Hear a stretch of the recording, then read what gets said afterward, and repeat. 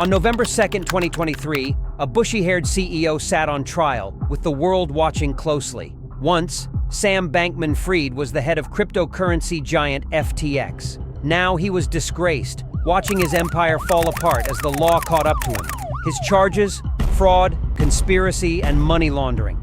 For 4 hours, Bankman-Fried sweated and endured the uncertainty of waiting. His court case had already gone on for a month, with witnesses called up over more than 2 weeks.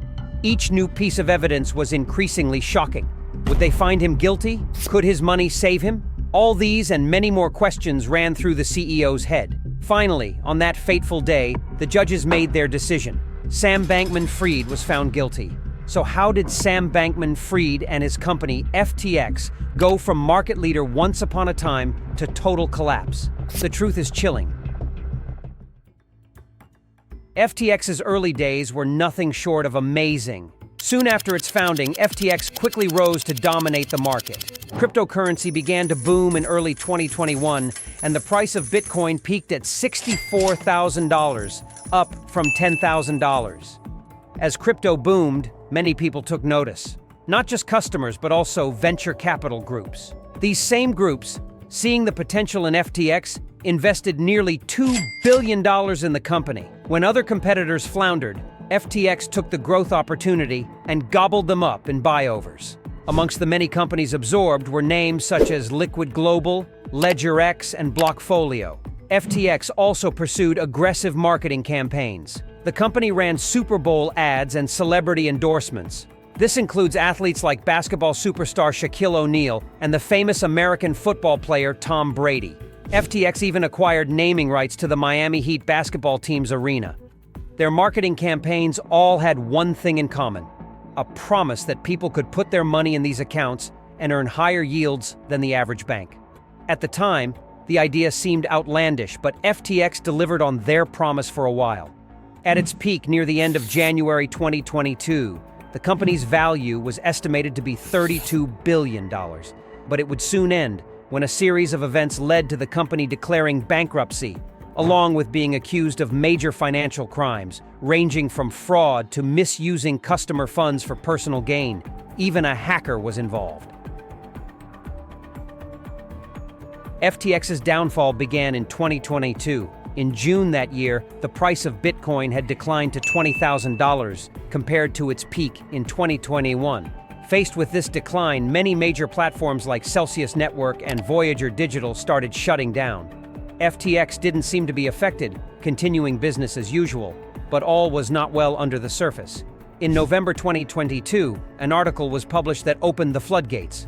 CoinDesk, a cryptocurrency news site, released a report that revealed FTX's financial instability. Alameda Research, another company founded by the FTX CEO, Sam Bankman-Fried, was heavily dependent on FTX's digital token FTT, with assets valued at $5 billion. Following the release of the report, the value of FTT dropped significantly, prompting FTX customers to withdraw money from their accounts. A vicious cycle was created, where the mass withdrawals led to further drops in value and so on. Another major platform and competitor, Binance, also announced they would sell all their FTT tokens because of this mishandling of funds. During this mass withdrawal, billions of dollars were lost by FTX. Sam Bankman-Fried ordered Alameda Research to sell assets to cover the needed capital from the withdrawals. He also looked for financing from other sources to cover the gap of about $8 billion that they owed customers.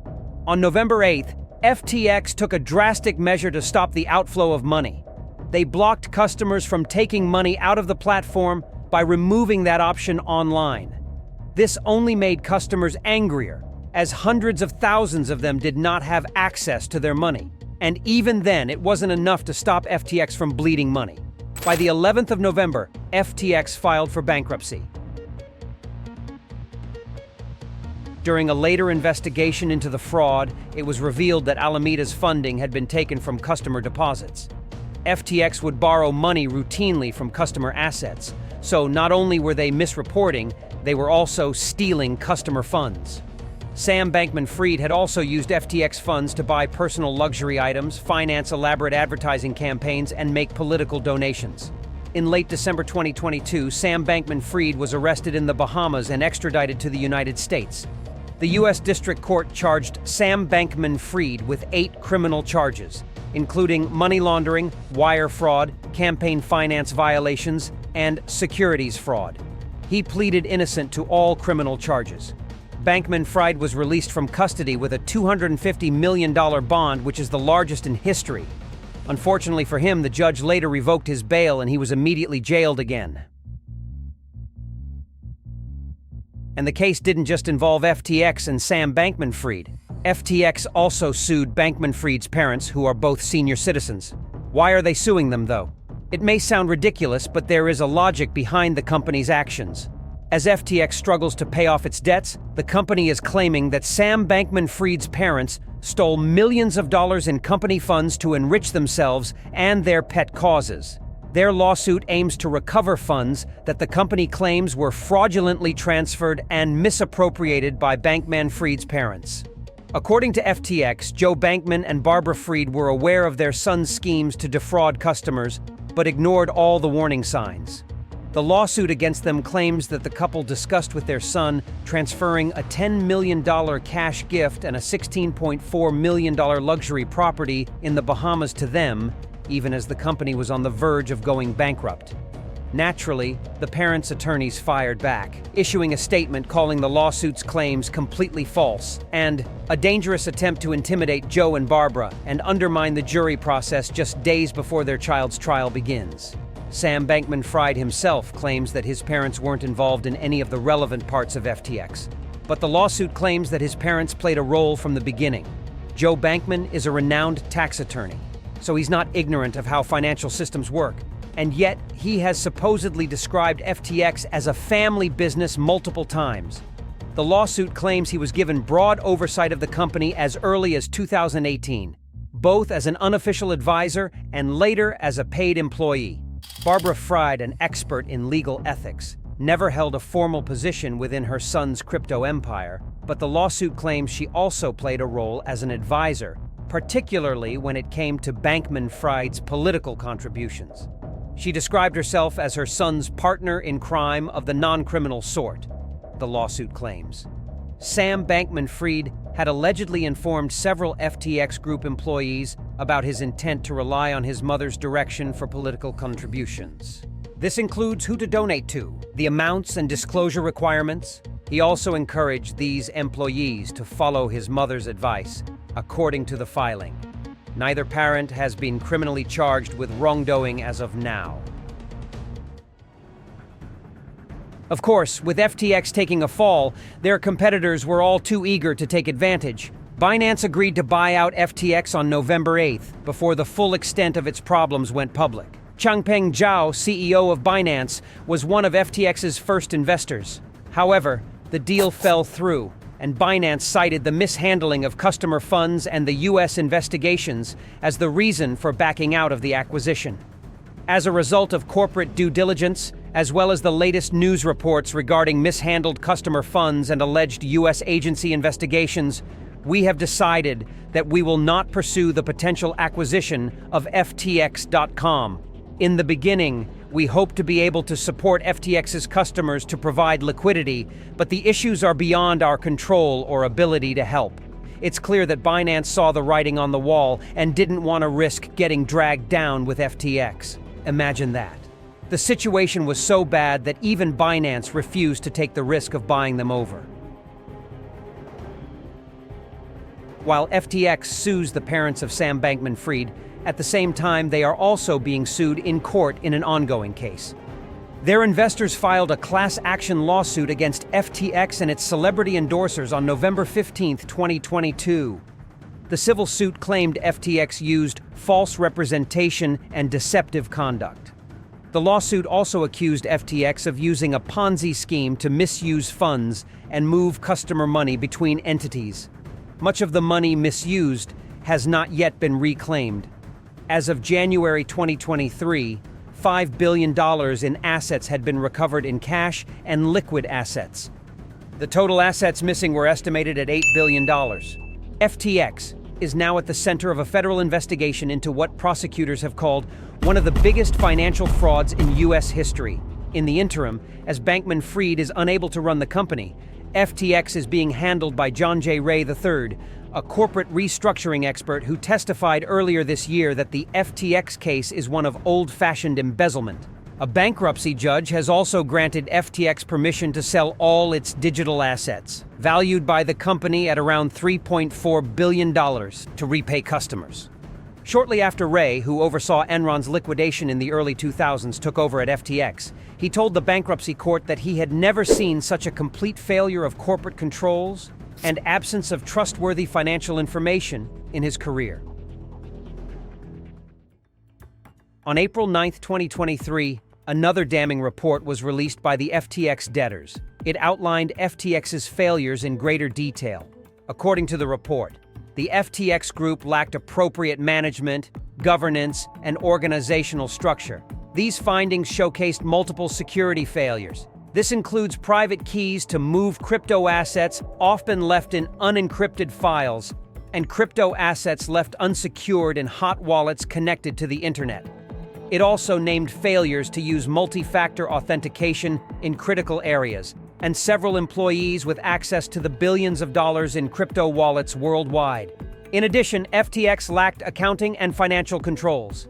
FTX did not have experienced personnel to handle financial reporting, risk management, audits, or accounting procedures.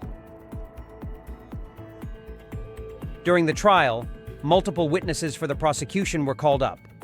This includes Caroline Ellison, Nishad Singh, and Gary Wang, all former employees of FTX or Alameda. All of them have pleaded guilty to multiple charges, including participating in their CEO's scheme to defraud millions of customers. And, in another shocking twist, Caroline Ellison turned out to not just be Sam Bankman-Fried's employee, but also his ex-girlfriend. They broke up a few months before FTX collapsed. Her testimony was damning, revealing how he and other conspirators bribed a Chinese official $100 million in 2021 to unfreeze $1 billion worth of Alameda funds that had been stuck on the China-based crypto exchange OKX. When legal strategies didn't work, Ellison said they tried to use various trading strategies to move funds from the frozen accounts into other accounts. These other accounts were set up using the identities of sex workers. After a media circus that lasted over a year and a month-long court case, Sam Bankman-Fried was found guilty. He now faces decades in prison. His sentencing has been set for 28 of March 2024. Speaking to the media, U.S. Attorney Merrick Garland weighed in on the case. Sam Bankman-Fried thought that he was above the law, he said. Today's verdict proves he was wrong. According to Bankman-Fried's lawyers, he respects the court's decision, but intends to contest its verdict. And the FTX scandal and downfall didn't just affect the company or its customers. It also had a domino effect on other companies, the same way other companies collapsing affected it. When the scandal broke, the overall demand for cryptocurrency fell even further. Tether dropped below its peg price of $1 to $0.97, and Bitcoin sank below $16,000, its lowest price in 2 years. Share prices for publicly traded cryptocurrency companies declined. The price of Solana, which was affiliated with Bankman-Fried, declined as well. Genesis, another cryptocurrency lender, filed for bankruptcy on Jan 20, 2023. Genesis owed creditors nearly $3.4 billion after the downturn of the cryptocurrency market with the FTX news.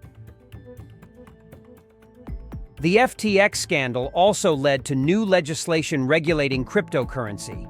It prompted America's Securities and Exchange Commission, SEC, along with the U.S. Congress, to discuss regulations of the cryptocurrency industry and the need for a safety guarantee to protect customers. In July 2023, a bill was passed by the House Financial Services Committee. It aims to define cryptocurrencies in greater detail and expand the Commodity Futures Trading Commission's CFTC. This will provide greater oversight of the crypto industry while clarifying the SEC's powers. In short, much stricter regulation of the industry and more safety nets for consumers when a company like FTX collapses or commits fraud. FTX's collapse has been a major turning point for the crypto industry. The list of financial crimes is horrific, but on the bright side, it has led to significantly increased regulation in the industry, as well as public scrutiny of potential issues surrounding crypto. Hopefully, the laws will be tightened so consumers don't get the short end of the stick.